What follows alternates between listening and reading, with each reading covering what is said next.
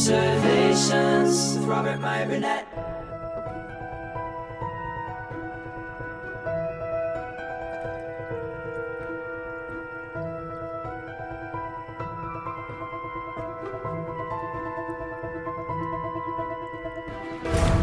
Well, greetings, imagination connoisseurs. Once again, it is I, your Duke of Dope Discourse, your master of fun and wonder, your viceroy of verisimilitude, your sommelier of sci-fi and cinema, your archbishop of Banterbury, your chancellor of cheerfulness, your evangelist of the imagination, and your existential Mr. Rogers, Robert Meyer Burnett. And once again, I am Rob casting it you imagination connoisseurs, you members of this, the Post-Geek Singularity community. Welcome. This is Robservations, episode number 636. And you know what? I think this weekend has been all about thinking about WandaVision. Not necessarily about the show itself, although there's been a lot of that. A lot of thinking about WandaVision, what it means, where it was going, where it was coming from, where you hoped it went to, and where it didn't go. All those things. And I think the most interesting thing about WandaVision is, it has to be said, the ideas of the expectations that were instilled in the audience and where the show went. And as I've explained many times, what I really appreciated about WandaVision was actually its structure. From a screenwriting perspective, the first 3 episodes were Act 1, the second 3 episodes were Act 2, and the episodes 7 through 9 were Act 3. And I thought as a show, and in terms of structurally, I thought the show worked quite well. But I can't help think that in some sense it might have disappointed me. In other aspects, I was delighted by it. And then it also really ultimately has left me with kind of a feeling of what did it all mean, not just to me personally or to the audience, but what does it mean to fandom in general? And in a way, I kind of think there's a watershed moment going on here about where fandom is in terms of what is it that we want from our entertainment and where we hope to go. And again, I haven't solidified my thoughts on this, so I thought I would just bring it up so we can muse along with it. And there's an article I wanted to share with you that I wanted to read. But I think the funny thing about this show is when it first started, there was a lot of people that thought it was slow. The whole sitcom element was so, I would call it, compared to the rest of the Marvel universe, maybe a little baroque. It was such an interesting way to go, unexpected. Nobody knew what was going on here. We got it. Okay, the sitcoms taking us through the years. What did it all really mean? And there were a lot of people that were immediately turned off by it. But then there were a lot of people like myself that was quite captivated, quite taken by the show. I thought Elizabeth Olsen's performance and Paul Bettany's performance were just stellar. A lot of strange things happening, trying to figure out what is this show. And I thought the fact that it defied expectations was very, very cool. And it certainly went places I didn't expect it to go, and nor did I feel it was not some safe choice. To me, Captain America, the Falcon and Winter Soldier seems to be a little bit more conventional in terms of where it's going to go, and more like, oh, that's kind of what I would expect from the Marvel Cinematic Universe, more along those lines. But WandaVision was something that was totally unexpected, and what was really interesting was just how people were engaged. Now, for myself, and being on the John Campea show, I can tell you that John started doing these pregame videos and then spoiler videos after. By far the biggest engagement John had ever seen, and I know that because I did my own videos. I did over, actually I'm delivering one today, which is another 2 hours. I mean, I've done, what have I done? 2 hours times how many? 7 I've done, like 14 hours or something of companion videos for John just talking about WandaVision. The level of fan engagement on this show was off the charts, more so than even Mandalorian, because Mandalorian was pretty straightforward. Star Wars, of course, the reveal at the end of the second season was huge, but it doesn't. I mean, there wasn't the kind of speculation. I mean, WandaVision was something people were really invested in. I know I was, and it was kind of really neat to see. But I can't help but think, and even with me, I'm like, there was nothing in it I didn't like. The stuff that I maybe didn't like were expectations I had that weren't met. But then I think as we're all doing a post-mortem on the show, and there's all these pieces on YouTube, and everybody's talking about WandaVision, like, what does it all mean? Was it a disappointment? I was just on a stream just now, earlier, where people were disappointed. And there are other people that weren't, and I know that as I do this John Campea video, the responses are all over the place. And on one hand, I'm like, I'm sorry people are disappointed. But on the other hand, I find this kind of engagement to be really exciting.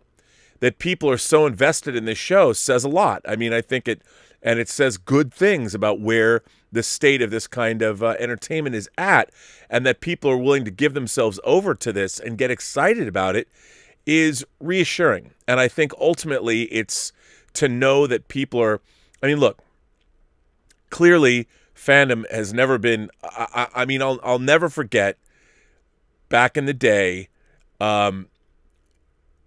the fan speculation. There used to be a lot of magazines. There aren't anymore, but magazines like Fantastic Films and Quest Star and all of these magazines that sprung up in the wake of Star Wars. And I'll never forget reading the speculation about Empire Strikes Back. Like, what was going to happen in the sequel to Star Wars and what things meant and what were the Clone Wars. My favorite was that the name Obi-Wan was actually a clone designation, and it was a number. OB1 was Obi-Wan Kenobi.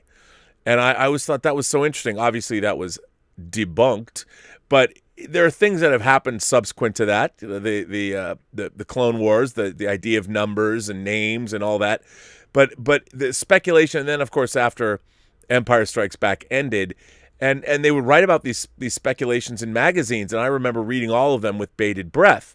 Now with the internet, of course, you'd have to wait to get the magazine, but with the internet, it's instantaneous, and how many pages in Reddit and how many spoiler videos and videos pundits like myself are doing on YouTube, I'm doing one now, were about WandaVision and that kind of engagement, which I think is great. And whether you love WandaVision or not, it's really gratifying to see people so, fired up, galvanized, into it because of this show. Maybe it's because we came out of a pandemic, but I don't think so. I mean, people love the Marvel Cinematic Universe. I know I do. And it's been great to see this kind of fan involvement, but the question remains. Looking at the people that are disappointed and all the things that they brought up and didn't pay off, I've been asking myself, was WandaVision ultimately was it a success or a failure? I think it was an unabashed success. Obviously, we don't know what the numbers are watching, but I can't imagine. I mean, I couldn't even get into Disney Plus. It was very difficult to get into the streaming app, and I think I have to reload the app on my Amazon Fire Stick because something wacky happened. But it's been a great ride. Now, I read this article that was in Collider, that was on Collider yesterday, and I thought it was really interesting. I know some of you, I tweeted it out. I don't know if anybody read the article, but I want to share it. Written by Matt Goldberg, and this article, I love this headline. I don't know if Matt Goldberg wrote this headline or what, but I really love this. WandaVision failed to deliver things that were never promised to me. For 2 months now, I've gone on Twitter after episodes of WandaVision, and everyone has been speculating about what's to come. The astrophysicist that Monica Rambeau mentioned, that has to be Reed Richards because a new Fantastic Four movie's in the works. Sure, they haven't even finished the script, and director John Watts is still working on Spider-Man No Way Home, and a major piece of casting like that almost always leaks out in some form, but I was promised by the internet that John Krasinski would play Reed Richards, which of course means that his real-world wife, Emily Blunt, will also be cast as Sue Storm, a.k.a. the Invisible Woman. The internet said so. And because Monica said the word astrophysicist, that means Fantastic Four. Twitter told me so. Also, because Wanda is dealing with magic, that means Doctor Strange has to show up. We know that Olsen is part of the cast of Doctor Strange in the Multiverse of Madness, and so Doctor Strange had to appear in WandaVision. That's not even a question. The only question is when Cumberbatch was making his cameo appearance so that we could get ready for the next Marvel movie. Even though it's not next and doesn't even come out till 2022, we need some kind of teaser. If you don't tease the next Marvel thing, then what are we even doing here? So imagine my utter rage and disappointment when WandaVision turned out to be a grief drama. Ugh, feelings. If I wanted to watch Elizabeth Olsen in a TV series about grief, I'd watch Sorry for Your Loss, which I haven't, but I'm just saying it's an option. But my superhero shows are supposed to be about giving me more superheroes. It's supposed to be a teaser machine where instead of enjoying the current narrative, I need to be sold on the next narrative. What does Wanda's emotional state possibly tell me about whether or not Mephisto is going to come along later? By treating Wanda's story as a chance, story is one about grief, loss, and healing, Marvel denied me the chance to connect my comic book knowledge to the movies. Do you think we read comic books for fun? No. We read them so we can amass a bunch of knowledge about storylines and then feel secure we're ahead of the curve when the movies come along and repeat those storylines. I haven't been burned this badly by Marvel since the Mandarin turned out to be just an actor in Iron Man 3. Why would you play with my expectations, Marvel? To surprise me? To bring me joy? The only joy I feel is when my fan theories are proved correct, so that people know I'm smart. I don't watch Marvel stuff to feel feelings or to think about my emotions or consider my place in the world or my relationships with others. I watch them for two reasons. One, to acknowledge comic books, the more obscure the better, so as to reward my efforts. And two, to tease future Marvel projects at the expense of the one I'm currently watching.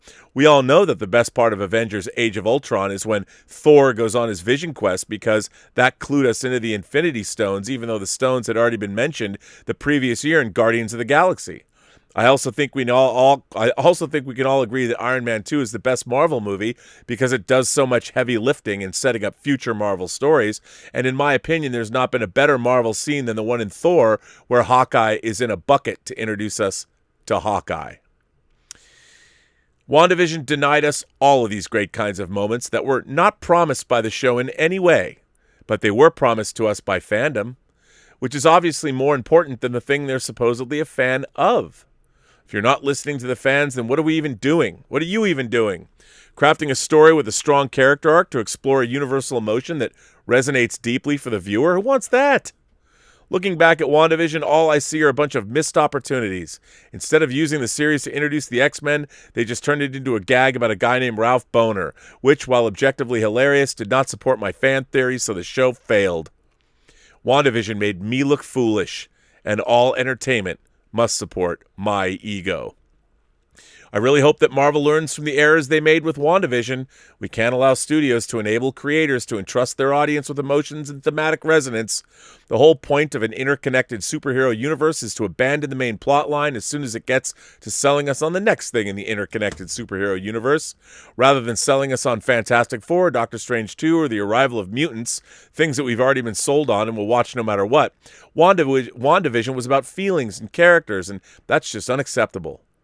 I do not watch superhero movies and shows to think and feel. I watch them so that my fandom is affirmed, and being a fan means always looking ahead to the next thing rather than spending time in the present. Now, if you'll excuse me, I need to start theorizing about when we can expect Chris Evans to make a cameo in The Falcon and Winter Soldier, Falcon the Snowman. See where my mind's at.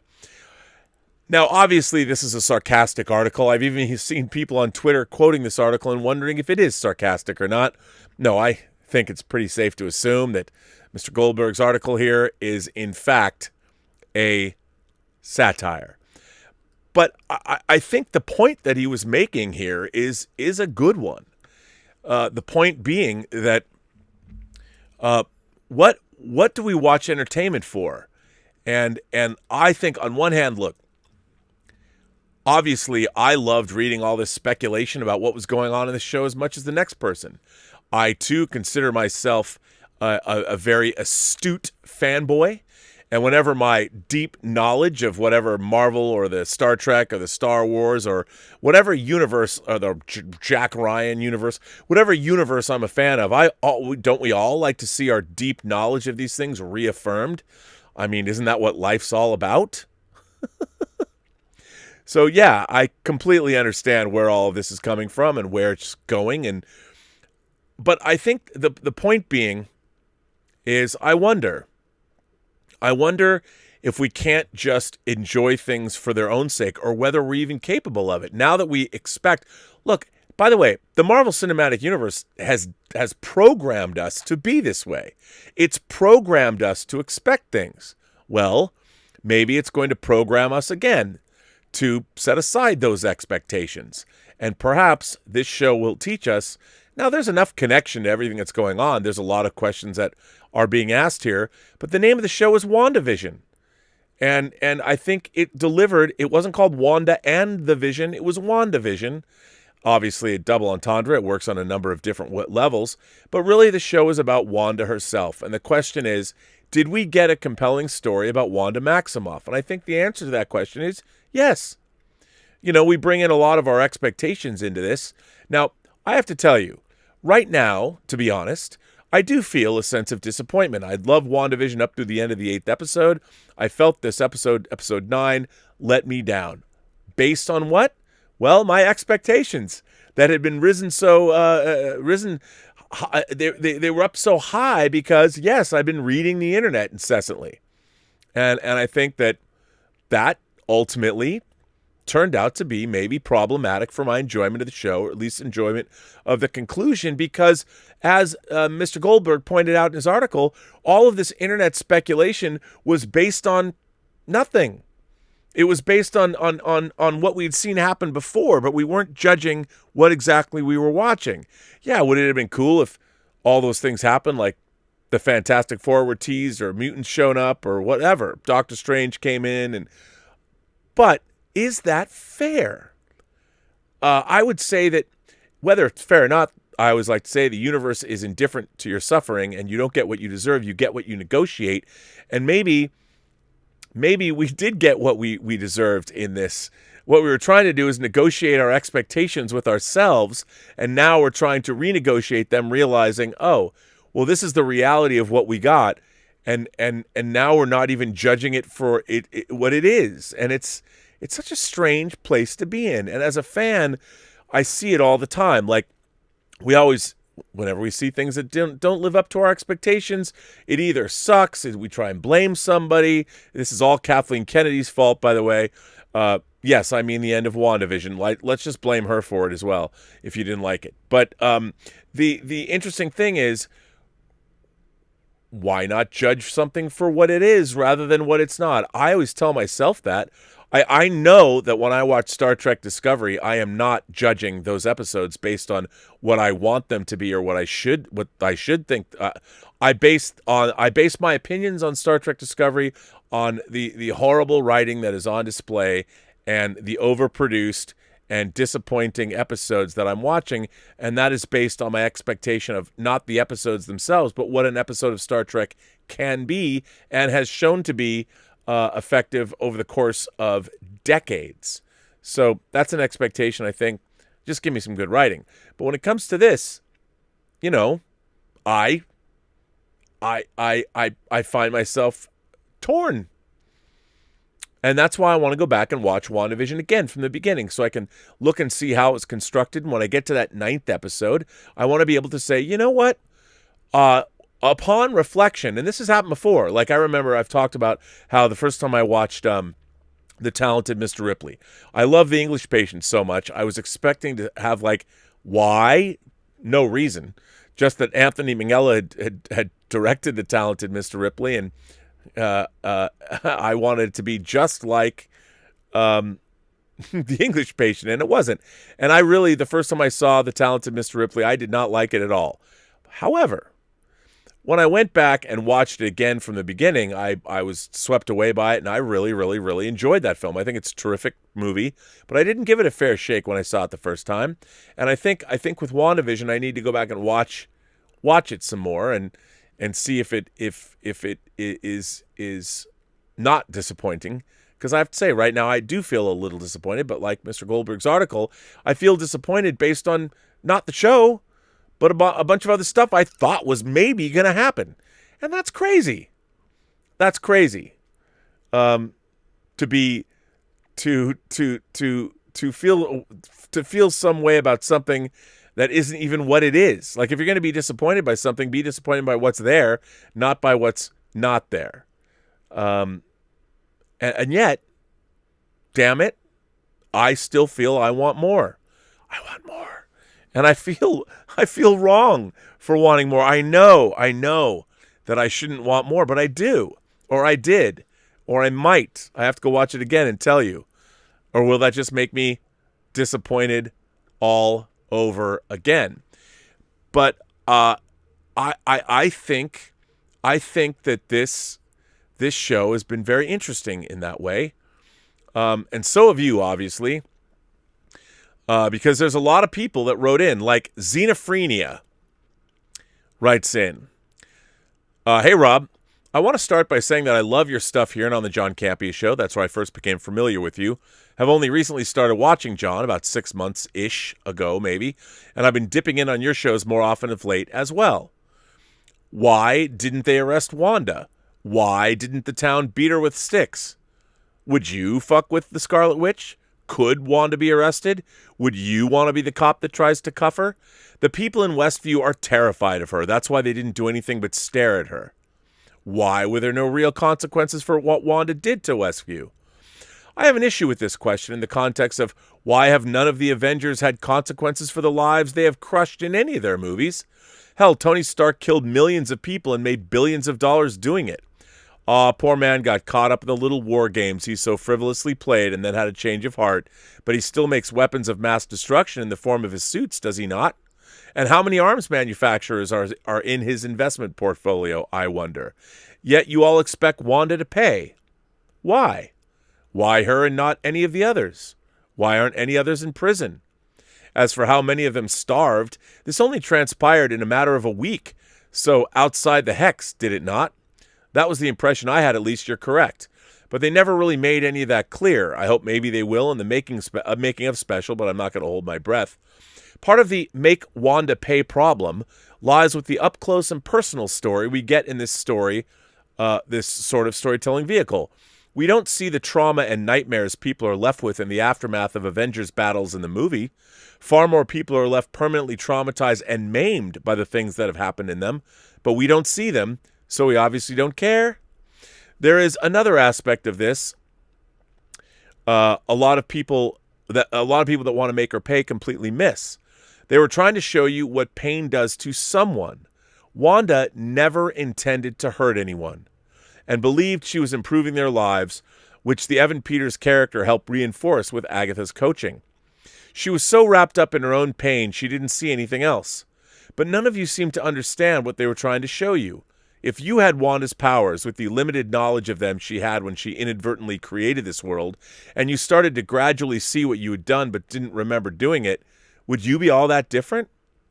You all project your own outside observer knowledge onto her and proclaim she knew what she was doing. Read up on the psychology and trauma of maladaptive grief. Well, actually, I'm going to give you this because this is a really interesting article that is in Psychology Today, and I'm going to put it in the live chat. And here you go. There it is into the live chat. By the way, that was published on February 16th. I also want to point out how many of you are making up deaths to blame her for. No one actually died from what Wanda did, except in the minds of people looking to burn her at the stake. And while you're making excuses for your bloodlust against her, you claim that those of us showing you the evidence of what mental breakdowns are as making excuses for her, when what we're doing is showing you the reasons behind what she's doing. Odd, isn't it? That reasons become excuses in the minds of the accuser so easily, huh? But if we point out your excuses for wanting redistribution for retribution for things that haven't actually happened, you claim they are reasons, don't you? This is why jury selection asks people if they've ever had similar experiences, if you know any of the parties involved, etc., etc., etc. It's easy to believe in your own narratives, isn't it? Because we humans are animals who create the world by the stories we tell ourselves, aren't we? Frankly, what I wish she would have done is wipe their memories of what happened from their minds. Up to a week of a foggy situation would have been far less traumatizing than leaving them with a lifetime of having to try and come to terms with being a puppet for the time while feeling the soul crushing that it caused the whole time. But until all of the Avengers have to pay for the lives they destroy, perhaps we should question why we pick Wanda to be the one that has to start. Evan Peters, dick jokes, learning the difference between movies and weekly shows. So about that Quicksilver bullshit, I'm going to start by saying that I'm not all that much of an X-Men fan. I think the first two movies, I think I saw the first two movies way back when they first came out. I liked them, but they didn't capture my imagination in a fandom way, really. They were good fantasy fun, so I'm not divested, or I'm not why can't I read today? I'm not invested in the Evan Peters character of Quicksilver, but I was intrigued by the idea of a multiverse-related appearance that I believed his arrival to be. I naively trusted that Marvel wouldn't backhand their fans in such a vile manner. They seem to have some respect for their fan base being fans themselves. Feige even recently defended fans of Agents of S.H.I.E.L.D. and the Netflix shows. So when WandaVision appeared to give the middle finger to the Fox X-Men Quicksilver stands in the middle of Wanda's show, my jaw hit the floor and took me completely out of the show. Then I went online and saw I wasn't the only one, and the more I thought about it, the angrier I got. Then it occurred to me that they used a show about a woman to say fuck you to their fan base with the use of a dick joke. Who okayed this? Why did anyone think a dick joke in the middle of the finale for the Scarlet Witch was a good idea? Wrong show, anyone? I created and proceeded to share this meme that encapsulated my feelings in their entirety. You know what? I'm going to put this meme up so you can see it. Hold, please. Hold for just one moment while I grab this meme and put it up on the screen so you can see it. Actually, this is something, by the way, I had not considered. But here is the meme in question. Marvel, please tell me that you didn't just use a show introducing the most powerful woman in the MCU as a tease to tell a dick joke to shit on your fan base. Now, I hadn't thought of this, but this is pretty interesting, and I don't think it is not invalid. It seems there are two main camps on this. The people shitting on the people who are upset by this and blaming them for expecting something that was obvious bait for their own upset, and the people that like to kick people who are already in pain for something by telling them it's all their fault, so shut up. There are those that tuck their tail between their legs and blame themselves for taking the bait when the bait shouldn't have been offered if it wasn't real, or if you actually respect your fans. Victim blaming and victims blaming themselves. Yet there are those few of us that stand up and say, hey, wait one fucking minute here. The people who make these movies and TV shows are in a position of immense power, and what they show us, even the teeny tiny things, are always larger than life because of the mass nature of the medium and the pedestal we put creators on. Yet they seriously abuse their power here. They punched all the Quicksilver fans that believe they're bait in the gut with a fucking dick joke. There are enough people in power kicking people with no power around right now, and can we not have Marvel people doing it too, please? It wasn't until I was watching another reaction video, Heroes Reforged, Marvel Studios WandaVision. Here I'm going to put another YouTuber's thing from Heroes Reforged on the live chat. I don't mind that. I think we should all, there's plenty of room to go around. So here is this. Here is that. It wasn't until I was watching another reaction video and their discussion about Easter eggs in movies when it occurred to me that I think Marvel used Easter eggs in this show the way they do in a 2 or 3 hour movie. And in a movie, the Evan Peters thing would have had a beginning, middle, end, all in the short time space, and it would have been over. Fans would probably be somewhat upset by it, but they had people stewing and talking about it for weeks instead of thinking about it for an hour or so. They need to rethink how they do their tidbits and treats in the shows because there's way too much time between episodes for things to get out of hand. You know, I have to say, I thought when I first started watching this show that the week between episodes was the way to go.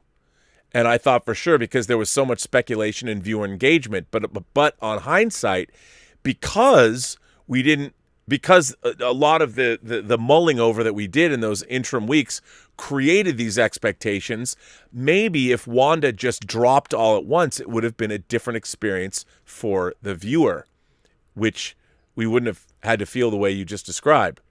I really think this is a learning curve that Marvel is having regarding this new format they're playing with. I'm going to give them the benefit of the doubt for a while longer, and hopefully they won't bitch slap their fans again soon.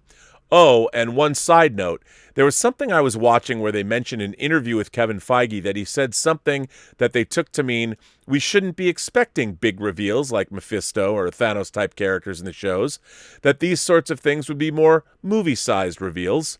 Whether or not that will be the case, it will explain the lack of it here, though I can see them not doing it in this show, given this was supposed to be about Wanda. Well, sorry for the length, but I just thought I'd give throwing this your way a shot, since every time I try and say something to John Campea, it seems to be you that does the reading of it. Not that I don't like you doing so, but yeah, may as well stay in the same wheelhouse, huh? Thanks for all that you do. Peace out. Xenophrenia. Well, you know what? I have to say, Xenophrenia, first of all, great letter. Sorry I stumbled over reading it. It wasn't your fault. A good point. Here's my thing about the Evan Peters thing.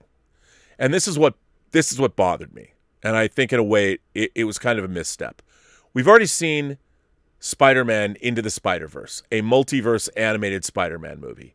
We know because of reports that in Spider-Man 3, No Way Home, that apparently not only are we going to get other multiverse Spider-Men, but we're also getting Jamie Foxx coming back playing Electro, and we're getting Dr. Octopus, which, back, which, our Alfred Molina is coming back to play that character he played almost 20 years ago.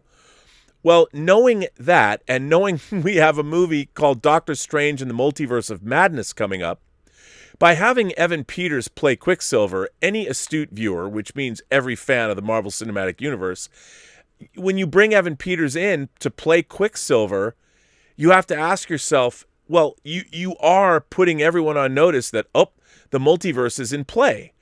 Because otherwise, how would anybody, if it didn't have to be Evan Peters, and apparently it didn't, why would you then have Evan Peters play Quicksilver again? I really do feel that was, as our friend here wrote about, that this was kind of an epic troll that in a way was, I feel as a Marvel fan, I'm like, look, I'm sitting here waiting for your reveal that either somebody looked across the multiverse and brought Evan Peters Quicksilver here or recreated him based on what they saw viewing into the multiverse. But it would turn, then why does he look like Evan Peters? Why? It's just that weird happenstance. They did that to us. They created an expectation. It's not like us guessing characters that don't exist on the show. I understand why we're thinking Mephisto or Chthon or Nightmare or whatever. I get all that. I get all that why we were thinking that along those lines. But the show never gave us any reason to believe other than giving us the Darkhold, which again, Chthon, there's other reasons why you could believe that. But in the case of Evan Peters, they came right out and said, they brought up the multiverse. They brought up Fox's X-Men. They know, and in a way, maybe we'll get more of that explanation later, but I did think it was kind of a cheap way. Ralph Boner, I thought that really did undercut the end. I don't know if I would say I wasn't filled with rage like this meme conveys. I wasn't there for that, but still, it was definitely something that it threw me off. And it was like, did they have to do that? Really? Did they? I don't know if they had to, but it's definitely something that was brought up, And I think, that matters. This letter comes from Desmond. Hi, Toy Man. Greetings and thanks as usual for your industry insights. I saw WandaVision, and like many other people, and came out the other side not caring for the show or interested if an episode would come out. I really liked the sitcom and the PTSD aspects of the show. However, there were other aspects that left a cheap taste in my mouth. For example, the Power Rangers vibe in relation to the cheap, goofy villainy from Agatha, which became much clearer in the finale episode. The characters' earlier activities seem fine apart from that. 2, the military side of the story of the show, with its characters and comedic exploration that did not provide me with suspension of disbelief. 3, the wider stories seemed to stand still after the sitcom aspects played their roles in the show, leaving the show stationary in storytelling.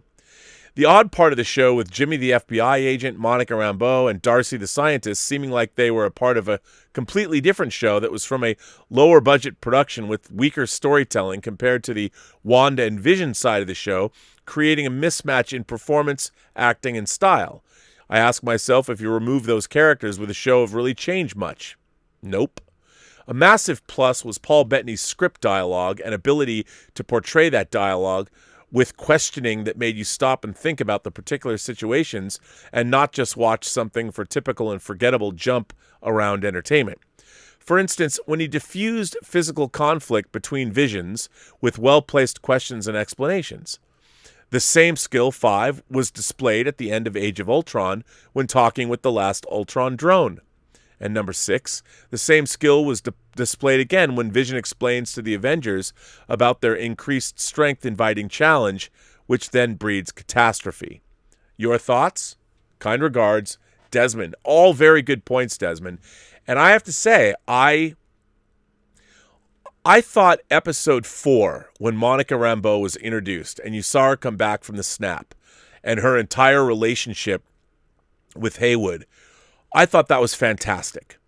I really enjoyed that. I find it odd that Haywood was then turned into some kind of a villain when really I thought that the Westview Hex was such an interesting thing, and I really liked watching everyone in that 4th episode, like Jimmy and everybody. Jimmy and Darcy and Monica trying to figure out, sleuthing and finding out what was going on. All of that stuff was very, very intriguing. I really enjoyed it. But then it seemed to devolve, that part of the story, like you said, into a little bit of mustache twirling, which seemed a little beneath what was going on, because what was going on, and like you said, it would be really interesting to just leave the story inside the Hex and not move outside, because I did feel the first episode 4 when we were outside, felt really great. Well, of course, the end of episode 3, but then it kind of really did go through some kind of devolution of it all, and I understand why. And I feel as if you did. I feel all that outside storyline was not up to the same thing that was going on inside the Hex, which I thought was interesting. But having only watched the story once, I want to go back and watch that again and keep that in mind. I really think now I owe it to the show to go back and watch it all the way through and see what I feel about it now.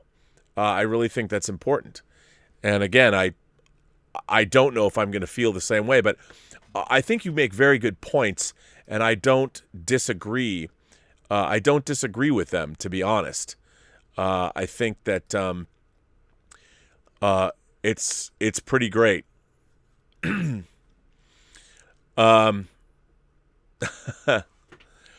This one comes from our friend Paul in Long Beach.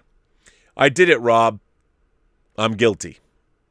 Since April 19th, 2019, the date of an infamous episode of Robservations, I have openly annoyed you about your hate watching of Star Trek. Even during these past 2 years, it is true that Vesna, Stubble, and myself had a wonderful drinking game that coincided with your Thursday Picard rants. I love that. But the fact is, I'm guilty. I spent another 3 hours finishing The Stand, and I'm ashamed of myself. I cannot apologize to you enough. Therefore, I get it now. And therefore I am going to volunteer. I deserve to be canceled. But according to the Burnett axiom, I get what I negotiate. I want a high six-figure book deal with a major publisher complaining about cancel culture. The 500-plus pages will definitely be ghostwritten, so I'll need points on the back end too. I want front-page access in major newspapers along with bi-weekly television appearances to promote my upcoming book about cancel culture. I'd like a pre-planned film deal with a new production company, even though I've never written or produced anything of note, because I would deserve it before someone like yourself, Rob. We must make sure that our upcoming Mexican vacation isn't canceled. You remember, don't you? Days and nights filled with bullfights and donkey shows, otherwise known as the Rosarito double feature. You sounded so excited last year when I mentioned it to you. Lastly, I want to spend hours upon hours lamenting cancellation on YouTube, all the while loudly stating that Kathleen Kennedy should be fired because making money is bad now. Okay, I'm done with the snark. Allow me to make my point about Gina Carano. The firing of Carano has zero to do with free speech and everything to do with the company reaching a point where it decided it could no longer have a working relationship with her. It's called the free market. Carano's First Amendment rights weren't violated. She's not being canceled. She's not a victim of some semblance of woke culture or the social justice warriors, whomever they are. She is absolutely not a free speech martyr. Miss Carano made some dumb comparisons, and she paid the price. It's never a good idea to compare yourself to pre-war German Jews. Never. She poked the mouse, and then poked the mouse, and for good measure kept poking the mouse. Disney held Carano accountable for her words and actions. Welcome to capitalism. You know, I hate to be contrarian. Well, that's a lie. I love to be contrarian. I guess I deserve to be canceled. Paul. Paul, I like that take. I understand what you're saying, and I don't disagree. But what I really wanted to know is, what did you think of the stand? But anyway, very, very, very a good letter. Speaking of that, here comes a letter from Pasty Coppertop. RMB, do I hate Kathleen Kennedy?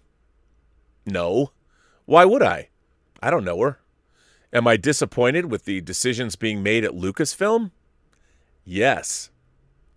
I am sure she's a good producer, but maybe, just maybe, she's not the right choice for the leadership position at Lucasfilm.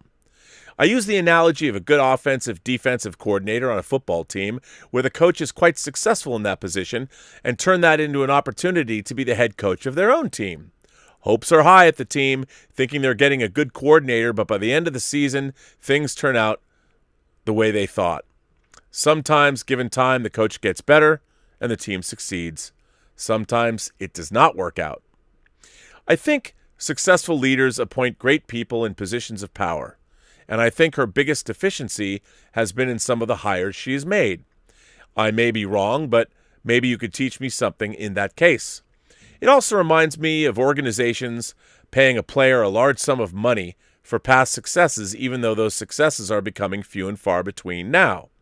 Sorry about the sports analogies, but that is what I know much more about than Hollywood. I think, in the case of Kathleen Kennedy, it seems that it has not turned out so well. The Mandalorian is enjoyable, but the films under her watch have not been good. Although I will say I enjoyed Rogue One, and Solo wasn't horrible to me. The High Republic book series does not seem to be doing very well either. The thing I'm most bummed out about is the general attitude with the Star Wars world from Lucasfilm to the fans. This should be something that everyone enjoys and loves. Does everyone have to agree with how a story or character arc goes? No. But is there any reason for so much hatred from everyone? No. Does this sound a little familiar? Like politics in today's world? Sometimes, or someday, I hope we get back to enjoying just Star Wars. Maybe one day you can even get back to enjoying Star Trek. Kevin. You know, I think what people do forget, and obviously I am a Kathleen Kennedy supporter. And she has made some really interesting hires. I think, remember, she wanted to hire Lord Miller and let Lord Miller get a long way into Solo before they pulled the plug, probably at the behest of Lawrence Kasdan, because they go back way back. But she did try. Gareth Edwards over there on Rogue One. And I think that it wanted it to work out. You know, Tony Gilroy had helped it before, and he came in, stepped in, and helped out there. She was trying to do interesting hiring. And, of course, the Colin Trevorrow situation, not great, but I think the death of Carrie Fisher threw them all for a loop. And there were situations that I think were unfortunate, but I think that there was large storms, there's large currents and eddies that are swirling around the Star Wars films, and I don't think it was all Kathleen Kennedy's fault. I think there was a lot of things that Disney wanted. I mean, for instance, people complain about the Star Wars Galaxy's Edge and how it's set during the prequel or the sequel era, Batuu, the planet. So they created their own Star Wars planet and their own mythology that takes place during the time of the sequel trilogy. From a business standpoint, I thought that was kind of brilliant, because it means that everybody who goes into Star Wars land, if you use your imagination, you're experiencing something new. Sure, do you have to spend a lot of money for a lightsaber or building a droid? I get that. It's Disneyland. But what they're asking you to do is bring some imagination to it all. And I thought that was a pretty great way to go. I understand people are like, well, you should have been able to go to Hoth or whatever. But from a business standpoint, I completely get that Disney wanted to make new characters, new adventures, so there was a new Star Wars base moving forward. That was a Disney thing. I don't necessarily think that was a Lucasfilm thing. I don't think that was a J.J. Abrams thing. I think that was a Disney philosophical mandate with Star Wars. And I think that is something that is not spoken of enough. It's not spoken of enough. Disney had a direction they needed to take the Star Wars franchise, because from their point of view, they were doing new good business by getting new people to come into Star Wars, creating new generations of fans. I think what they underestimated is that Star Wars has been a multi-generational, and you'd think that they would know, but really there hadn't been another. 2015 was when The Force Awakens came out, and The Force Awakens, right, it was 2015. It had been 10 years since the Revenge of the Sith came out. And people didn't necessarily, obviously, the prequels were very divisive. And I think Disney had a plan for this franchise. And unfortunately, I thought in hiring J.J. Abrams from a corporate standpoint, that might have looked great. But and having Lawrence Kasdan come in and do all of this to write the script with J.J. Abrams, I think, unfortunately, they were working under the auspices of what Disney wanted, when it seems fairly obvious to me, and I would think Kathleen Kennedy, and certainly to all the fans, if you're going to bring all your classic Star Wars characters together, you have them go on an adventure and close out their story, or at least give them one last hurrah, like in The Professionals, a Western that I particularly enjoy, and then introduce the characters underneath. You would think that would be pretty obvious. I'll bet you that Disney said, no, we want to just jump right in and create new characters. So you had J.J. Abrams doing whatever he could with Kasdan under the auspices of what Disney wanted. Not what Kathleen Kennedy wanted, what Disney wanted. After all, she was hired to run Lucasfilm in 2012. So right before, I guess, the Disney sale of Lucasfilm. So the hatred to her, look, as any good business person and any good producer, she's trying to figure out her way in this new modern era. And like Paul from Long Beach said, there was the 5 Star Wars movies that were made, the 3 Skywalker saga films, Rogue One, and Solo, collectively made over $5.5 billion. Now, we as fans, I understand, and was I artistically satisfied by those movies? No, even Rogue One, which is probably my favorite of those movies, I have problems with. I don't think it really connects up to Star Wars the way it probably should. But, I enjoy it. And I think that that people need to remember that. I think Kathleen Kennedy has been wrongfully vilified the way she's been vilified by all these different. It's amazing to me that the people that vilify her the most, and there are reasons to be disappointed in her, but everybody talks like they completely understand the entertainment business. And I've often failed to understand that. I work in the entertainment business, and I'm learning something about it every single day. You know, I have certain people that teach me a lot about how the entertainment business works each and every day. And I think that we all presume to know exactly what's going on, you know, in the sense that people don't like, look, Rian Johnson, I really liked Brick. You know, I really liked episodes of Breaking Bad that he directed. I think Rian Johnson's a talented filmmaker. I liked Knives Out.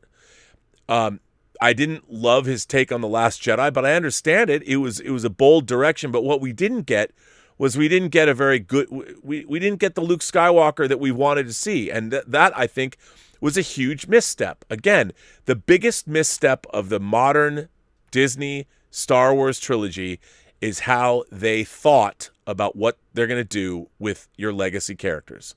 They treated them poorly.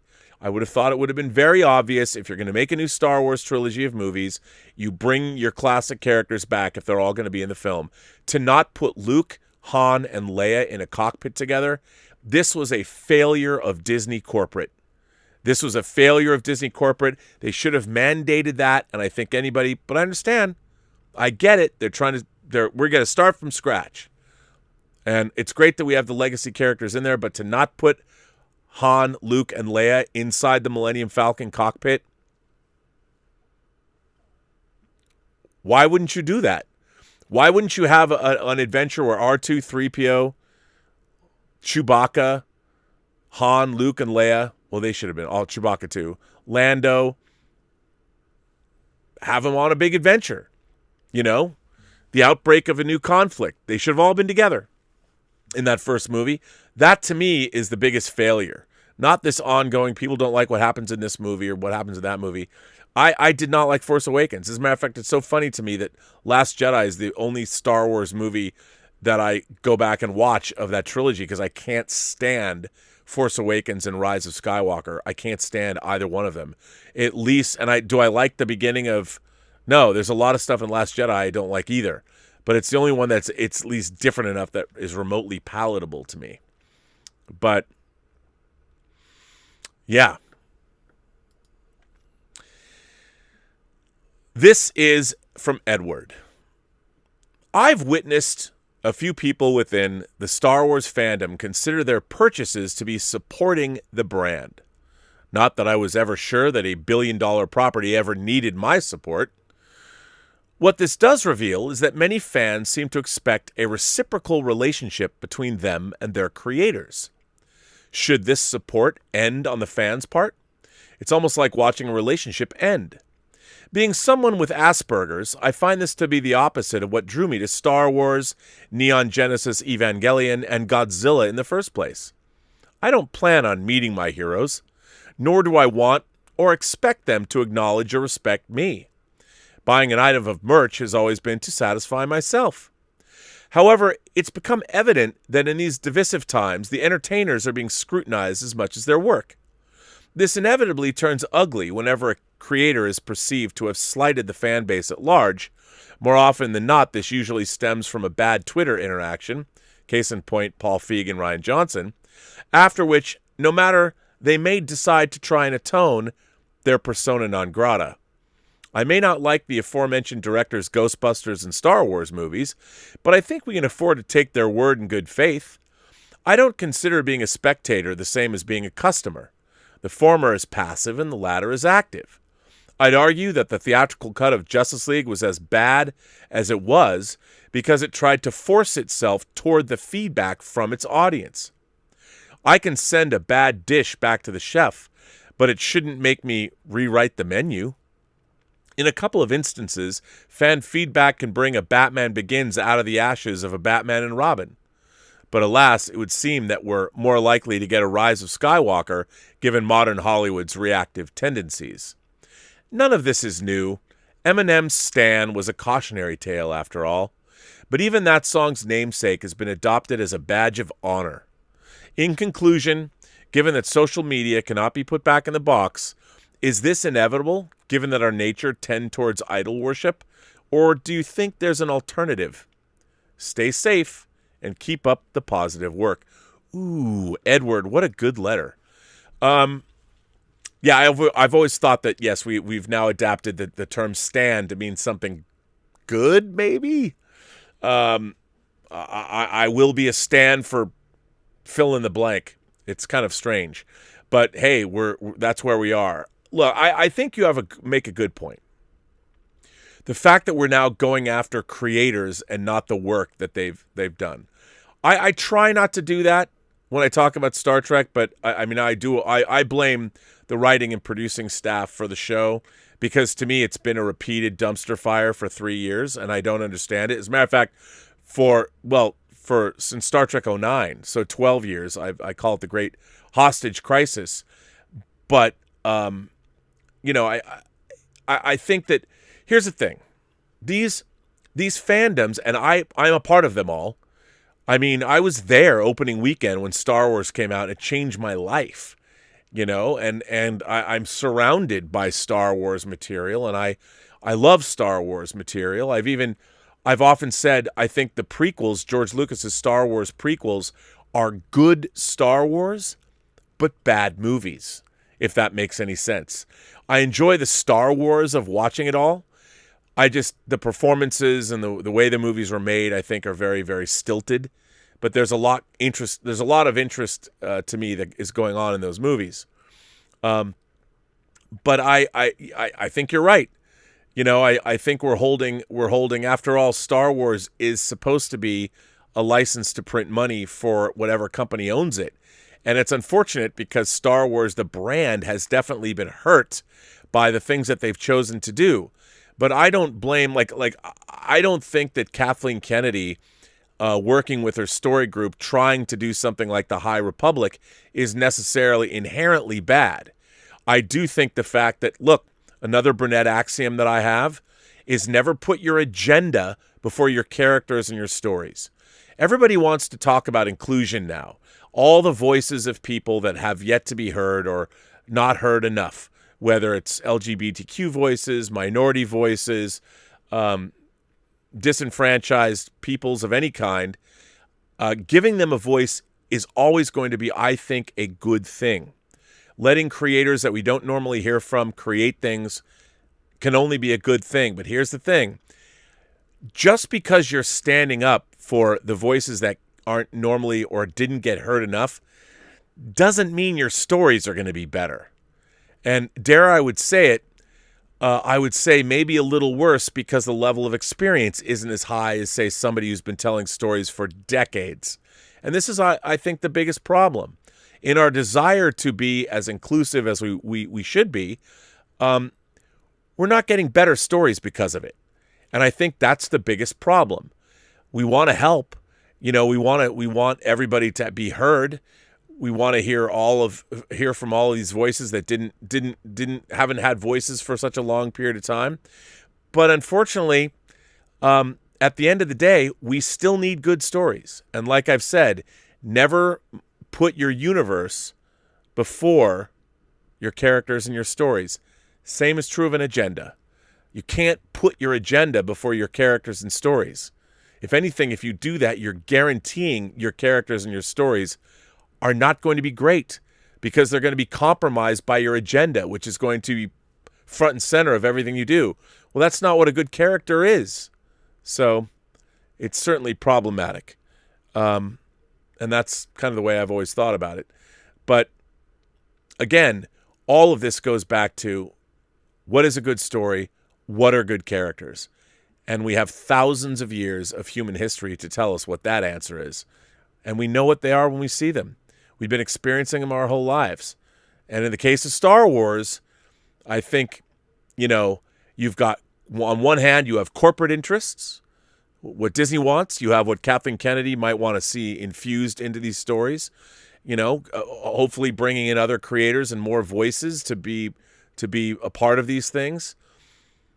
But neither corporate interests nor what Kathleen Kennedy might want to add to Star Wars helps you tell a good story. At the end of the day, in my mind, there are two places to always look at when it comes to Star Wars. And that is the movie Star Wars and the movie The Empire Strikes Back. Not even so much Return of the Jedi. Maybe the end of Return of the Jedi. But in terms of where you look, Star Wars and Empire. It begins and ends there with me. And you can't look anywhere else. So, a good letter, though. John Michael Owen writes in,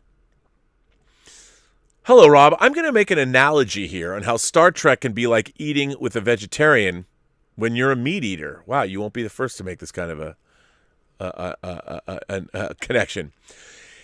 The original series, Deep Space Nine, Voyager, and Enterprise, I think I would imagine Next Generation would be part of that too, are like when you're going to eat with a vegetarian. The two of you order your respective meals and then eat and chat. You share ideas, and the both of your minds might be stimulated, and perhaps you thought of things you hadn't thought of before. The conversation flows and is easy to understand. Then the two of you part ways afterwards. A meat eater and a vegetarian just easily shared a meal together. Discovery is like eating with a vegetarian that while ordering, the vegetarian makes the server feel terrible because they don't have as many options as they'd like, and then they ask for what kind of oil it's cooked in and if there's cross-contamination in the kitchen on the grill and why are there only soy options and not seitan or gluten-free proteins. And then they finally order and the server leaves and the vegetarian tells you all about their eating habits and what started it and how they feel better for not taking part in the subjugation of chickens and cows and animals in general, and how the restaurant industry is too meat-centric, and you're wondering why all of this is being shared with you and how you never asked for any of this information and that you just wanted to eat a meal together. That's discovery. I love that. You realize that you're not against any of what the vegetarians said, but it was how they said it that just comes off as haughty and entitled and unnecessarily preachy, when in fact you may have been an advocate for veganism or vegetarianism all along, but now the matter in which this was all disseminated leaves you with the feeling that you're somehow against vegetarianism, and yet you're not, and you never were. I really wish Discovery felt more like Star Trek. I hate that it feels like it rams LGBTQ-centric themes down my throat in a manner that takes me out of the Trekverse and places me into the headlines. And that's because the writing. Back with other Treks, the writing was more subtle in its defiance and activism. I watch other shows like Lovecraft Country, and there are African-American rights issues, LGBT characters on there, and the writing is such that they never call out the racism or the sexual preference. They're just written as a fact. No need to announce anything. Discovery feels like it has a woman's empowerment, gay rights, trans issues as a literal writing quota. And it is so heavy-handed, it's not subtle or nuanced at all. There's a moment in Spaceballs where Dark Helmet, after some serious exposition, looks at the camera, breaking the fourth wall, and asks the audience, "Everybody got that?" Now, I love that the LGBTQ has a show they can gravitate to. I just wish it was the kind of Star Trek that spoke to humanity, having surpassed all of these issues long ago. And we just saw anyone who's gay or trans happily living 900 years from now, already using the right pronouns and working on Starfleet vessels that mimic the military with actual thought-out science and science fiction, using the chain of command with a lot less murder. I also wish I could voice my opinion on social media and not be labeled a racist or a sexist homophobe. Someday. Until then, I'll be playing a lead in the off Broadway version of Requiem for Methuselah. Well, Michael John Owen, let me tell you, my feelings are exactly the way yours are. Star Trek is an allegorical show. The whole point about using science fiction or fantasy was a way that it could address issues in the 60s, in the 50s and 60s, when Rod Serling was doing Twilight Zone, Leslie Stevens was doing Outer Limits, and Gene Roddenberry was doing Star Trek, where you could address issues that you couldn't necessarily normally discuss head-on through the prism of an allegory. And it made for better writing. And like I've said, and look, using the Trill characters on an episode like, well, first when you meet them, the host There was a really interesting, the first episode with Beverly Crusher and Odan. We first met the Trills, and the Trill symbiote that the host and the symbiote that Beverly Crusher falls in love with when Odan dies, and the symbiote is moved into the body of a woman host, and Odan and Beverly have that great conversation about, well, look, I mean, the new symbiote, we can still continue on as before.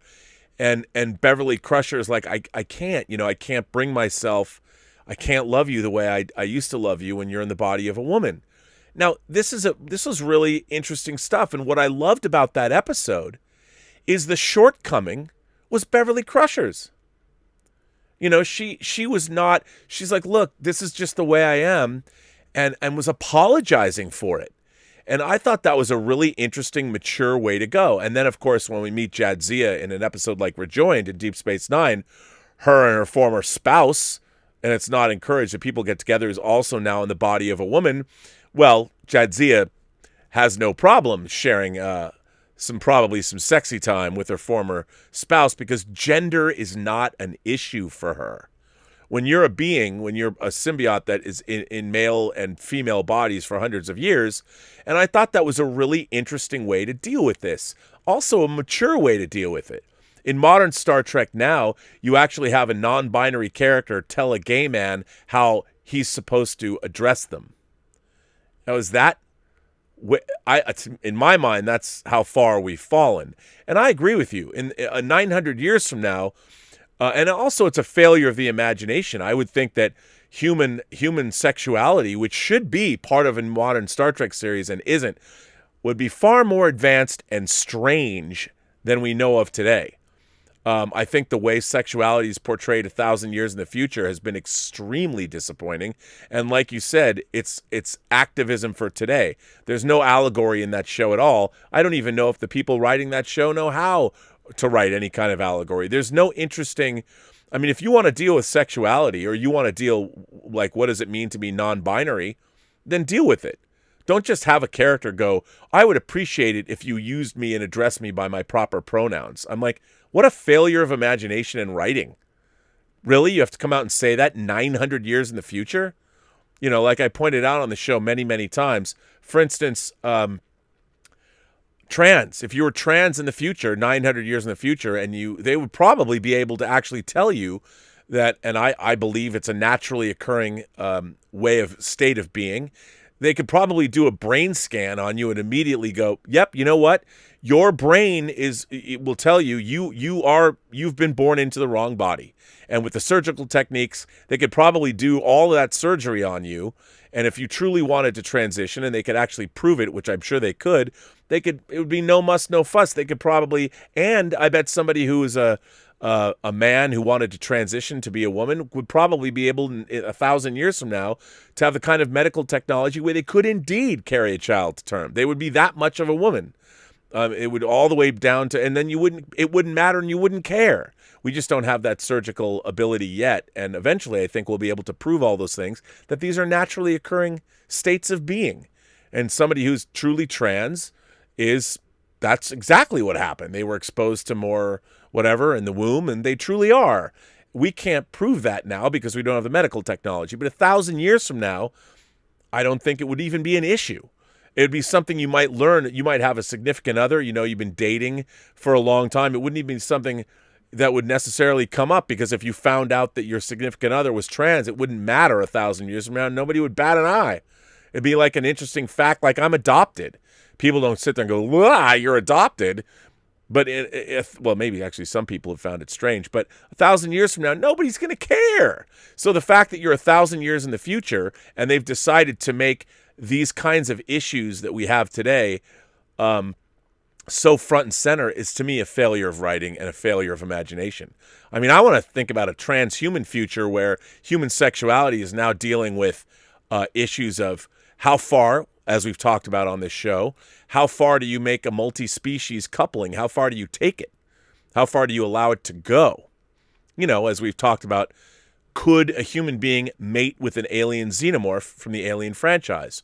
Or what if you met a predator Because the predators obviously have a very advanced civilization.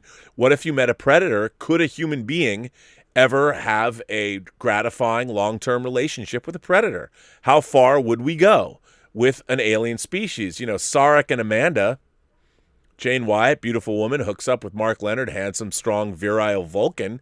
Total interspecies relationship, but we're okay with it. Where would human sexuality be 1,000 years from now when we've met all kinds of aliens with all kinds of sexual pleasuring abilities? Where would we be? How far would we take it?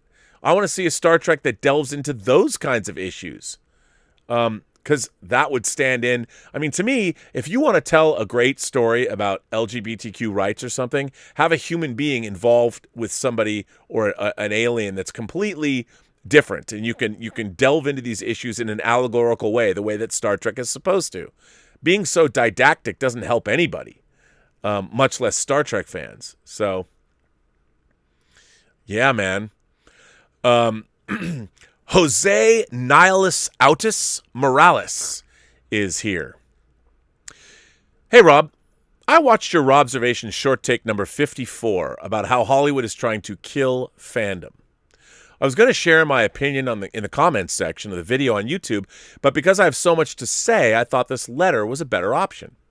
I respect and enjoy all of your opinions, even if I don't agree with some of your perspectives. I hope you can find some value in my words, regardless if you agree with them or not.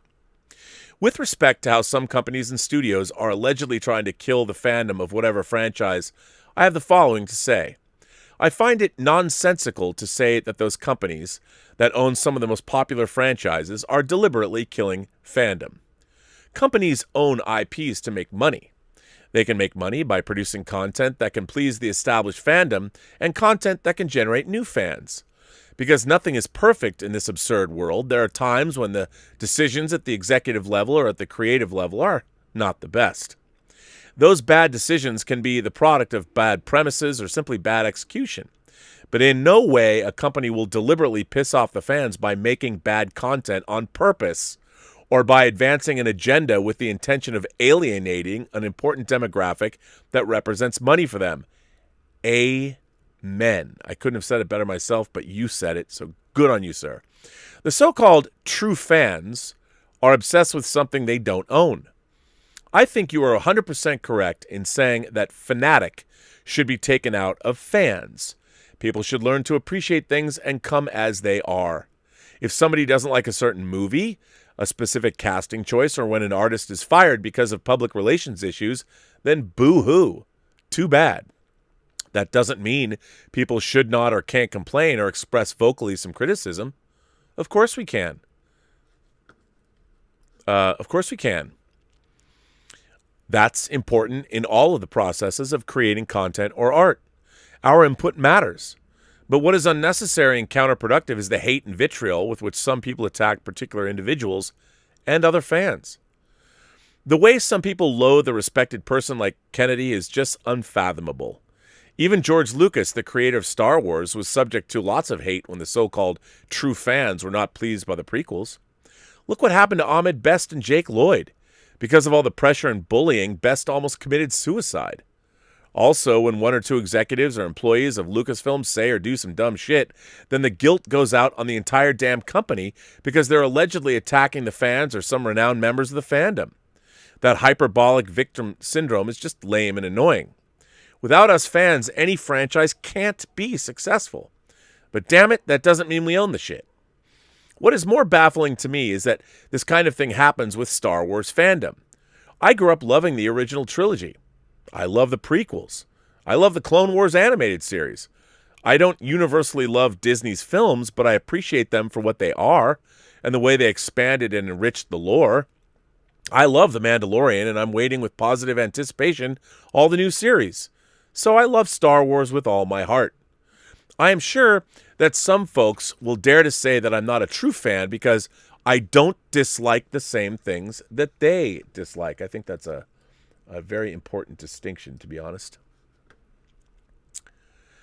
For them, I'm not a true fan because I don't hate Kathleen Kennedy and Disney. For some, I'm not a true fan because I don't mind Gina Carano got fired. For others, I'm not a true fan because I don't mind Gina Carano didn't get fired soon enough. You're damned if you do, you're damned if you don't. Those true fans are fighting the good fight according to themselves. For them, the likes of Kennedy, J.J. Abrams, and Rian Johnson are usurpers that screwed the fans and fucked the franchise. The thing is that while they're fighting the good fight, they ignore or forget the true essence of Star Wars. A lot of fans, most of them I would say, repeat lines from the films because it's cool and fun. Depending on the situation, you can hear us say things like, "I am your father," "Do or do not, there is no try," "You don't know the power of the dark side," and the customary "May the Force be with you." Even when somebody says "I love you," you can hear in response, "I know." In my case, I tend not to repeat some of the more famous quotes, but to reflect on some of them. From Star Wars, I learned the importance of not judging people by their appearance. Judge me by my size, do you? I learned the importance of believing in myself.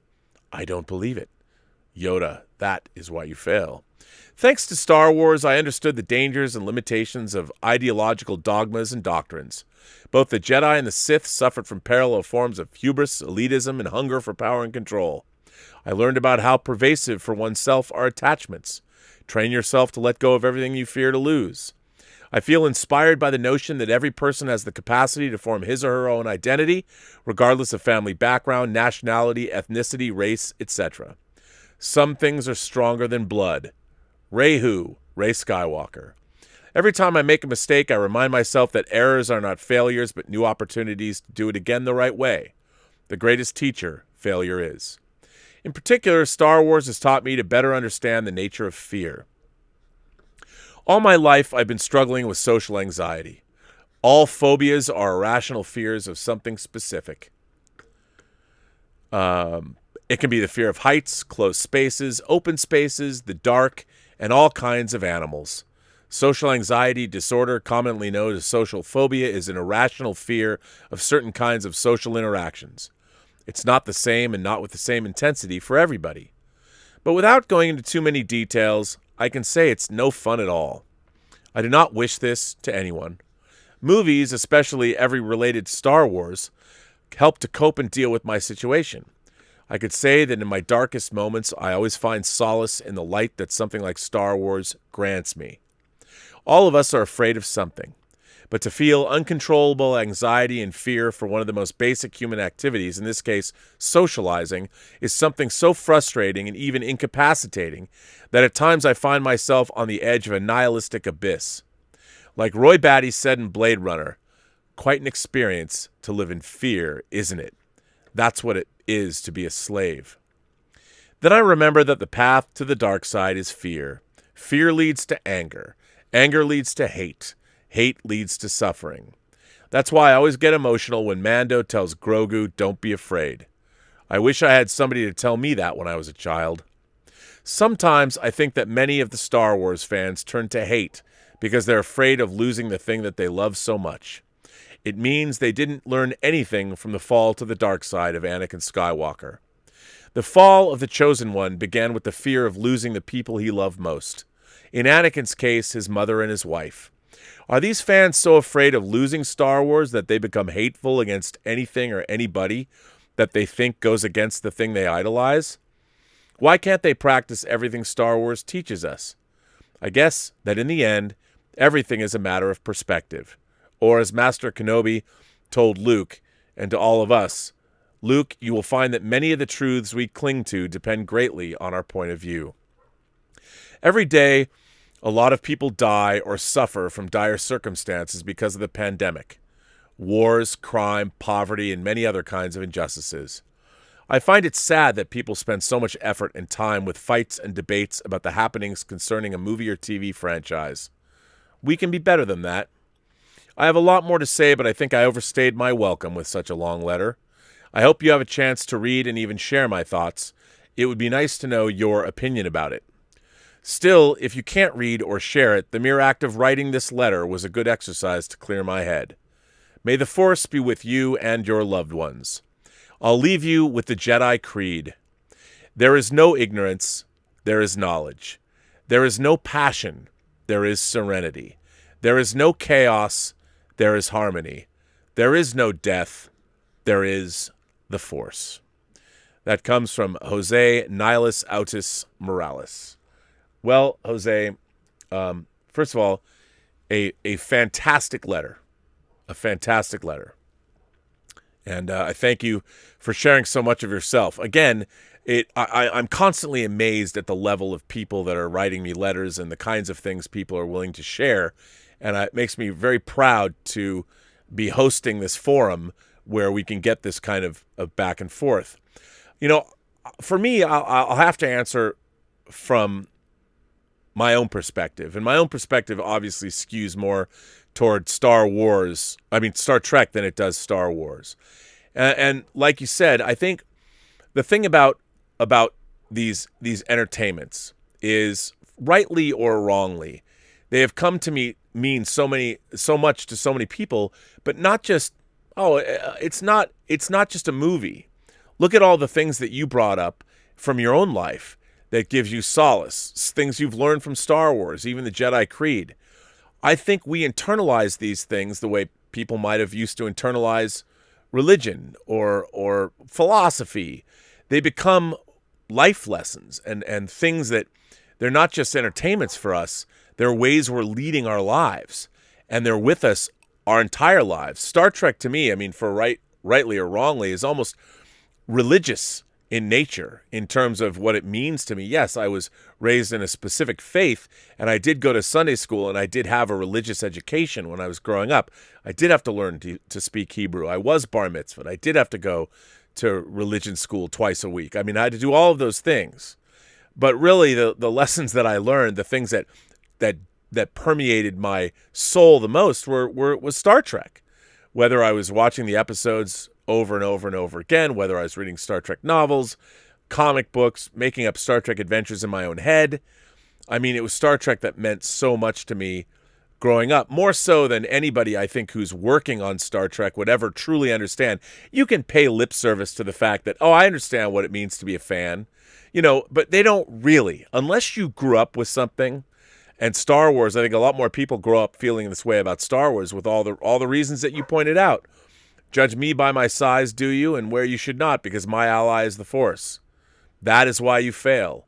What's in there? Only what you take with you. There's so many lessons that you carry through your whole lives, and they don't go away. And I think what happens is what you're expecting is when there's going to be more Star Wars or more Star Trek, you're hoping that the life lessons that you've been carrying with you will be extrapolated upon, and you'll get more. You'll get more life lessons, and the thing is, it's not just the things that people say, it's what they do. It's the whole turn of the plot. Even as much as I found Return of the Jedi a great disappointment when I saw it as a whole movie, because it rehashes so many things, it is undeniable Luke's confrontation with the Emperor and Vader in that movie brings the whole Star Wars trilogy, the original trilogy, home.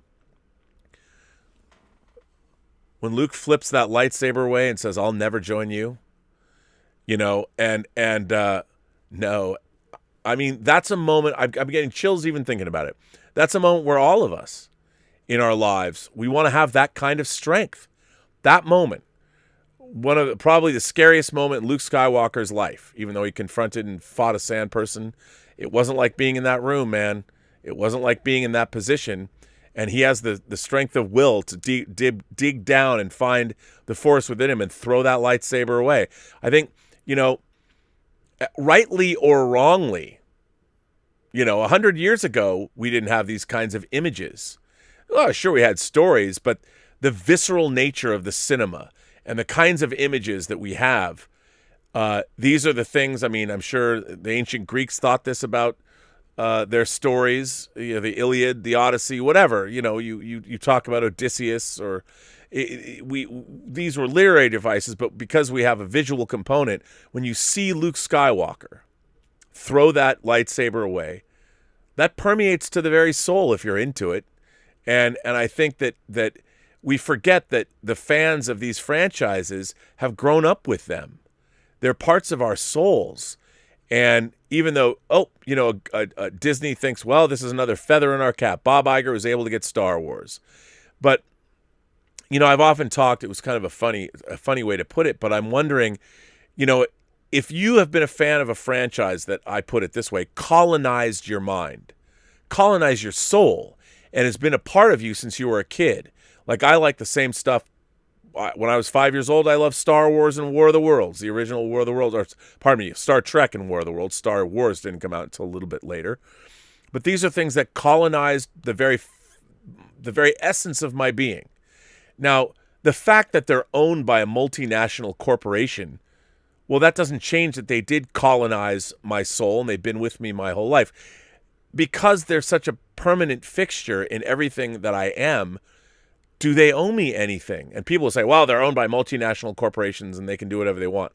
Well, it's true, but I think, and again, one day these kinds of science is going to, if you're a fan of something, and they'll probably be able to chart how deep into your memory and in your mind Star Wars or Star Trek or Lord of the Rings, pick your Twilight, Buffy the Vampire Slayer, pick whatever thing you loved that you've loved for so very long, and that these things are actually, they're in your brain, never to leave. And when they're making more of them, I think you're going to find out that it's actually, in a way, hazardous to people's health. I know this is far-fetched. I know I am not some around the bend kook, but I'm just saying that if you've loved a franchise, which means, how is it any different from learning about history or religion or philosophy? These are the same things that are in your mind for the rest of your life, starting out from a very early age. If you're a fan of Star Wars, you're not just a fan of lightsabers and X-Wings and TIE fighters, and you're a fan of the philosophy that's being espoused in these films, and that is backed up by the visual imagery. It's not just, you're learning, it's not Aristotelian where you're studying only words. When you combine words with visual images, it probably goes further and deeper into your mind and your soul than if you were just reading a book. So they'll eventually be able to measure this kind of thing. And when you have groups of people growing up, the custodians of these things should be mindful of that. And that's why I don't think, unfortunately, when it becomes a business deal and when you have someone like, let's face it, Alex Kurtzman brought in a producer to help save the first half of the third season of Discovery, an Academy Award-winning editor, to come in and fix these things because, well, apparently they don't have enough, or I'm too busy. So let me hire someone to fix my problem. How is this allowed to continue? How? How is Bad Robot allowed to continue? Why isn't there a production company? When Rick Berman was making Star Trek during the Berman era, whether you love him or not, do you know what else he was working on? Nothing. Rick Berman's job for 18 years and 25 seasons of Star Trek and 4 feature films, the only thing Rick Berman did was produce Star Trek. That was it. Why don't we have that? Why doesn't Star Trek have that? Doesn't Star Trek deserve it? That's another thing. I mean, rightly or wrongly, creatively, Rick Berman did, a lot of people thought that he was pretty strict and a little closed off when it came to being creative. But the kind of Star Trek we got under his, some of it was the best Star Trek ever, some of it not so good. But it was the result of one man, and all that person did was make Star Trek. We don't have that anymore. We don't have that with Star Wars. You know where we do have it? With the MCU. I know Kevin Feige's going to finally make a Star Wars movie, but Kevin Feige made 13 Marvel movies before the MCU, and in 2008, we got Iron Man, and he's been making Marvel, well, for the last 13 years. And in 2021, what was the show that people talked about the most? WandaVision. Just saying. But anyway, a great letter, Jose. And you're welcome here any day of the week. A lot of good letters. Let's jump over and see what y'all are saying over here. A lot of stuff has been coming in. Let's go back, and I know that there was, before Let's Get Physical Media today, there was a lot of other stuff. Let's see where we were.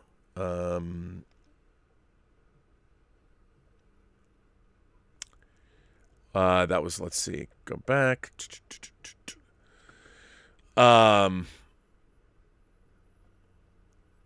Where were we? Nope.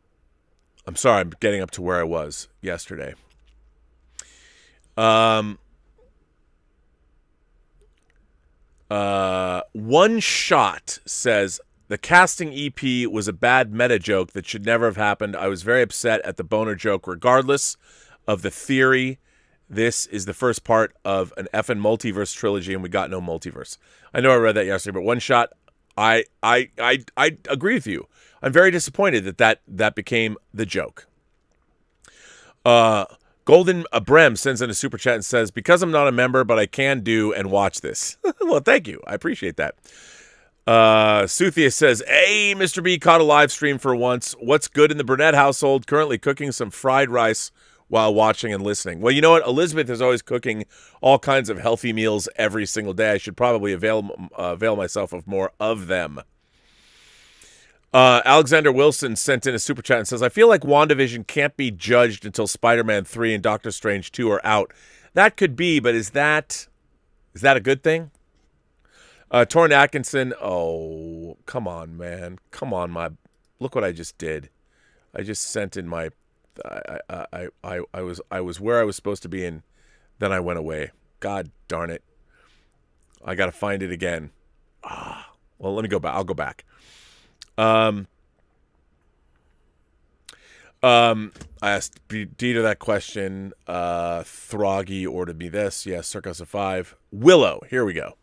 DJ Genius says, should Zack Snyder be given all the credit for the Snyder Cut? He was able to see a movie come out, fail, then make changes based on fan likes or dislikes. That doesn't happen, or else every director would put out better work. It's not like it's a finished product. Well, DJ Genius, I would say yes, because as we know, Snyder only added 4 minutes, he said, to his cut, but all of it, he had his cut that it was way unfinished, but he had it. So I think he's going back and he's restoring. Remember, in my mind, he's restoring the original vision or close to it of what he was originally making. So it's a good question.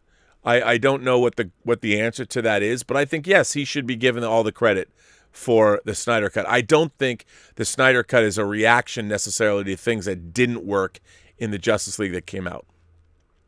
Willow Yang is here, says, will we ever get to see some of the films that Elizabeth has been making? Yes, I'll show them to you. I'll put it up when it's done. She certainly has fun doing them. Frankie Gouge sends in a super chat and says, I heard this and agree with it. Marvel has always had Easter eggs and teasers in films. However, most of it is forgotten after the film ends with a little discussion. But with WandaVision, those Easter eggs and teasers were out for weeks and discussed ad nauseum. Marvel was caught with their pants down on this one. However, I still think it's mostly the fandom's fault. Well, a lot of people agree with you, and I would say yes. I think you're right about that. Harry Nice Guy sent in a super chat and says, here is your tip for a winter snowman. Laugh out loud. Falcon and the Winter Snowman. I can't help it. Han Solo, my boy Han Solo. Not that Han Solo. The Han Solo that will have his justice, but he keeps getting pushed back. Han Solo says, maybe I'm a kick-ass fanboy. I fed into the speculation. I participated in it. Also, at the same time, I was along for the ride that Feige and company wanted to take us on. I think that's a good way to put it. I agree with you. I mean, I'm doing these John Campea companion videos, and I feel the same way. Hassan Chavez sends in a tip, and I think, before I answer Hassan's tip, I think you're right. I mean, you can do both. I liked all the speculation, and I was still along for the ride. Hassan Chavez says, these MCU TV shows are nothing more than long prologues for upcoming films. Wanda's story could have been told in 5 to 10 minutes in the Multiverse of Madness. For example, the Up opening sequence is 6 minutes long. A lot can be said in a short period of time. Yeah, but I enjoyed it.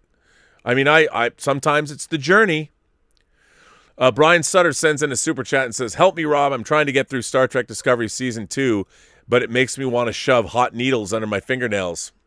Brian, welcome to my pain. All I can say is there's no helping. There's no way around it. No way around it. Alex Acera, or is it I think it's Alex Acera, sends in a super chat and says, "Hey Rob, I'm watching Raiders of the Lost Ark. Do you think Pietro can return for real, or is that a pipe dream by now? I also want Magneto as Wanda and Pietro's dad. I think it probably is a pipe dream. But you know what? You never know. You never know. But I think it is kind of a pipe dream. I think they're going to reboot the mutants, and they're going to do it their way, and it's going to be interesting to see what they do." Anthony Gonzalez says, "Hey, Robert, I haven't finished your Inglorious Trexperts podcast on sci-fi episodes, but did V or Alien Nation land in any of the spots? Also, what do you think of Alien Nation?" I don't think they did. I think maybe V did. Maybe V did. I think maybe I even said it, come to think of it. I think V has to be up there, at least the whole miniseries. But I don't know about Alien Nation. I really liked Alien Nation a lot. I thought it was a great series. I loved it. I thought it was really, really well done, and better than the movie. And that doesn't happen a lot. Better than the movie. The Richard is here. The Richard says, regarding Star Wars 7 through 9, they wanted robots that turned into skyscrapers, missing the true mark. Truckapillar. That was a big reference, wasn't it? Robots that turn into skyscrapers. It's just a building. Ralph Boner says, "Thanks for nothing, Feige." I like that. James Snyder sends in a super chat and says, "Hey, Rob, I watched WandaVision with two people who had no expectations and they loved it. As a widower, the show seemed to understand that meaningfully." Oh, see, now that's interesting. That's interesting, James. Being a widower, you probably have some insight into the show that I think that's important to remember. I mean, Wanda and Vision, regardless that he was a synthezoid, but I mean that was the man Wanda loved, and she lost him, and that kind of emptiness and longing. I never thought about that, but it's nice. Thank you for. I can only imagine. Thank you for writing that in. Magic K says, "You probably already answered it, but what's your opinion on Zack Snyder initially wanting Lois pregnant with Bruce Wayne's kid and cuckold Superman?" Well, remember, first of all, I'll flat out say this. When I heard that Superman was dead, and Batman and Lois finding one another and having a kid, I mean, I find that to me to be very interesting. Superman was dead. And the fact that Batman and Lois wound up in each other's arms is not something that's surprising. I don't think that is cuckold Superman at all. I think it has something to say about the two of them. And it happens a lot. If somebody loses someone, they reach out to somebody they were close to. Those kinds of things can happen. It doesn't bother me because that's what happens in the adult world. So it wouldn't bother me to see that happen in Superman as long as it was well written and interesting. Obviously, it was putting the kibosh on it. But, when Superman comes back, that's an interesting conundrum. And I find that to be the beginning of what could be good drama if it's well done. That's the real trick. What's up, Rob? So the weekend box office was a setback thanks to Disney, but I hope if you and John talk about Rhea's box office that it's emphasized that AMC was really the only big chain playing Rhea. I hope film execs realize this and don't act rash. Yeah, but it was also the biggest box office since the pandemic started and theaters were closed. So, I thought it was pretty good. Armani Martinez sends in a super chat and says, the Flash teaser, for those of you who don't know, there was a pretty cool Flash teaser where he rescues Iris West eventually. And we know Flash time travels because he time traveled in Batman v Superman. We saw him in Bruce's dream. But I really liked that Flash trailer. I'm like, wow, that's pretty nifty. I really enjoyed that. So, yeah. Duroc Media sends in a super chat and says, "Thank you for the countless hours of entertainment and wisdom, Rob. As Schnepp would say, stay sweaty, my friend." Yeah, not a day goes by where I don't miss the big guy. Schnepp brought me on the 6th episode of AMC Heroes. It was me, John Campea, and John Schnepp. And April, I'd have to go back and look. I want to say like April 14th or 16th marks my 6-year anniversary on YouTube, which is nuts. It's nuts. And I will have been on the platform what now? It's how long have I been doing it myself? 2.5 years for this channel. Crazy. Which is nuts. But I appreciate that. It's always nice when people, first of all, thank you for the kind words. And second of all, it's always nice when people bring up John Schnepp. I always like to hear how much he meant to people. He was a great guy. Bob Quall says, here's an article about how music is imprinted in our early teens. Probably true about other media. Ooh, that's fascinating. See, I've always believed that.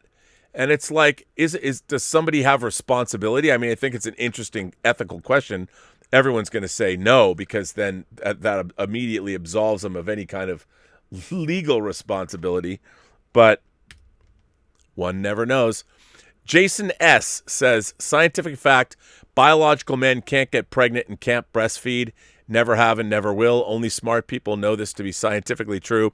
Yes, but Jason, 1,000 years in the future, who's to say that our medical technology has not progressed to the point where if you do feel, if you're a man or a woman and you feel like you were born in the wrong body and you believe yourself to be, you're a different sex, I do believe that they will actually have technology eventually. Maybe not now, maybe not in 100 years, but eventually that can prove that very thing. And with surgical techniques and things that they'll be able to do 1,000 years in the future, someone might be able to transition very easily. And I think for those people that want to transition, or that know for a fact that they are, if you're a man and you know that you're supposed to be a woman, I think in the future they'll not only be able to prove that that's correct, but that also you'll be able to transition far more easily than you can today. Unfortunately, we have to live in the time we live in, and we only have the medical technology that we have. So there you go.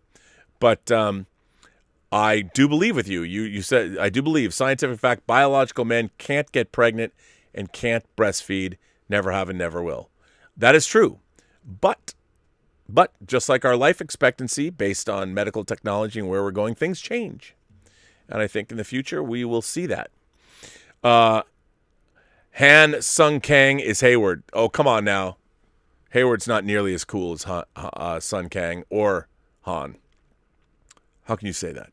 Armani Martinez sends in a super chat and says, though Zack Snyder leaked early storyboards for Justice League 2 proves he gets those gods among us and has some crazy things cooking up. Blows my mind on how Zack thinks. Yeah, I know. There's some pretty interesting stuff out there. I mean, isn't it interesting we're getting those leaked things? We shall see where it goes. Yeah.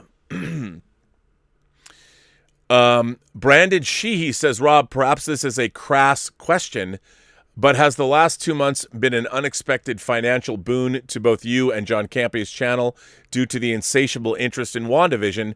John seems to have gotten a million questions on his channel during its run. Well, I'll tell you, not so much on my channel because I've done WandaVision shows, but not like spoiler shows or pregame shows. But yeah, I mean, it's been great, but I think and I've done questions for John, so his channel's financial boon. I mean, it is people ask, but I will say more than that, what I think is really interesting to me is the engagement, the amount of fan engagement, which is really cool. I mean, look, both John and I do look upon YouTube. It's a job, you know. We're entertainers, and we're also pundits. It's work.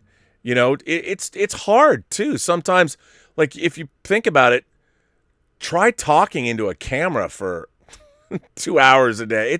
Am I saying it's harder than other jobs? No, but it is a tough thing to do and sustain. But I think more than ever, what I've liked most about all this is just the engagement, the amount of people that, like, look, I have made this more financially lucrative for myself? Probably, but I just didn't. It's not really what I do. I'm more of an op-ed channel. But yeah, John's done well. But I think more than ever, fandom is so engaged. And I think that's really the best part of all of this. I really do.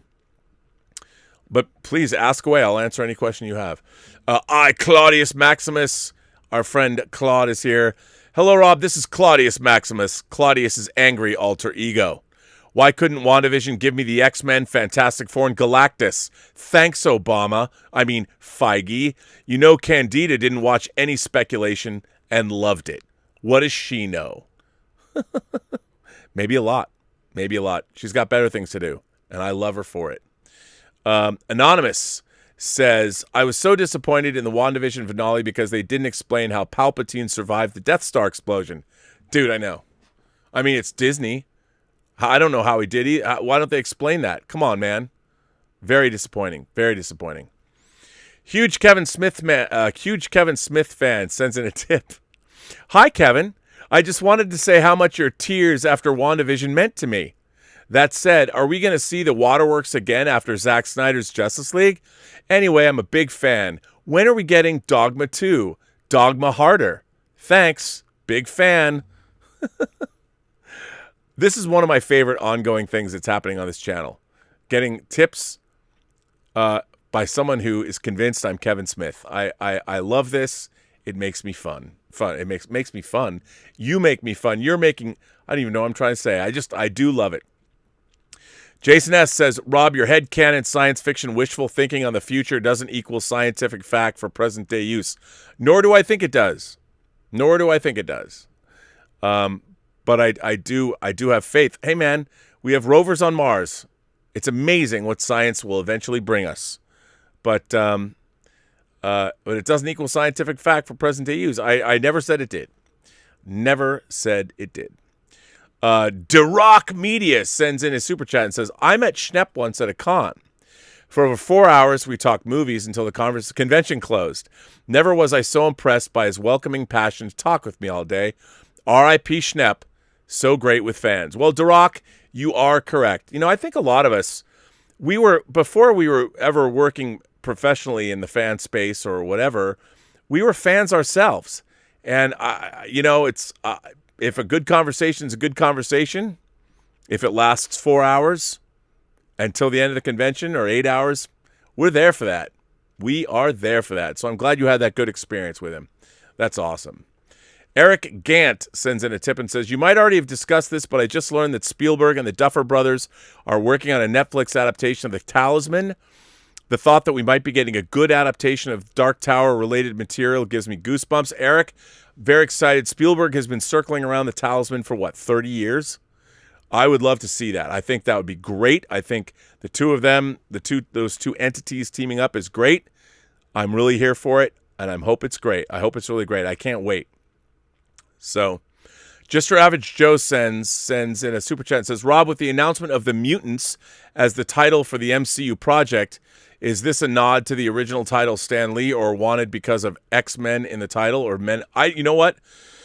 To be honest, I don't know anything about this. Have they announced this? Cast?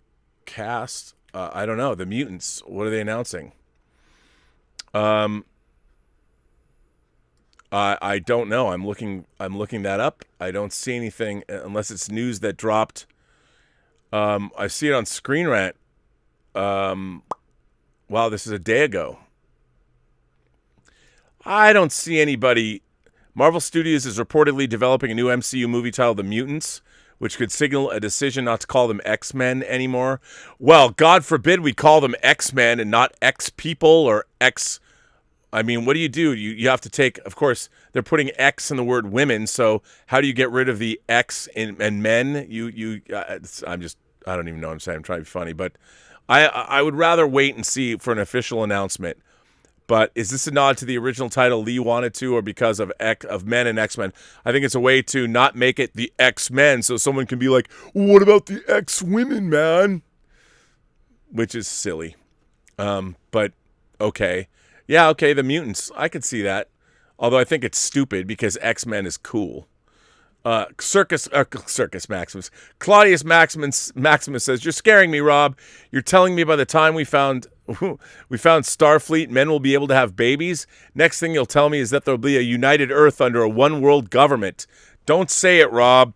Well, Claudius Maximus, the future can bring a lot of crazy things. Anonymous says, would you try the Space Hotel in 2027 when it opens? Man, if I can get into space, even near Earth orbit by the time I die, I am going. I am there. So there. And on that note, ladies and gentlemen, boys and girls, kind sirs, gentle beings from across these 28 known galaxies, all of you, no matter how you identify, I want to say thank you for being here for Robservations episode number 636. I want to thank my moderating staff, beginning with Mike Bodden and the Richard. We have Brian Hepburn is here. Joshua Levesque is here. The Richard is here. Justin Jorgensen is here.